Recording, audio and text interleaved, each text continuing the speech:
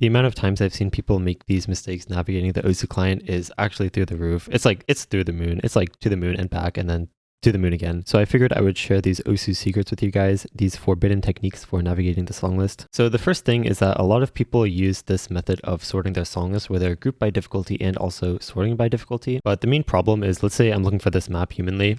So I just type humanly and then there's all these different categories that the map shows up in. Let's say I'm looking for like the extra difficulty or I'm looking for a certain version. Like I kind of have to click through all of them and it's just really inefficient. So the way to fix this, you can basically get rid of all the different categories. If you click on no grouping, suddenly it is still sorted by difficulty, but then all the difficulties are just here for you and you can just click on whichever one you were looking for. So another thing people do with this grouping method or really any grouping method is, let's say I'm just, randomly in this group of 7-star maps and then I want to change it. So I can either use my scroll wheel to scroll all the way back up, which I can't even do it because my scroll wheel is broken, or you can just like keep dragging like this with left click. But you see this bar over here, you can actually move it. If you hold right click anywhere that's not on a map, otherwise you'll end up doing this. And if you basically just jump your cursor to the top of the screen and right click, then that will automatically take you to the top of the song list. So no more spending like 3 minutes just scrolling up to the top of your screen to change the folder. And like I mentioned, this also works with collections or other methods of grouping like artists, except I'm pretty sure no one...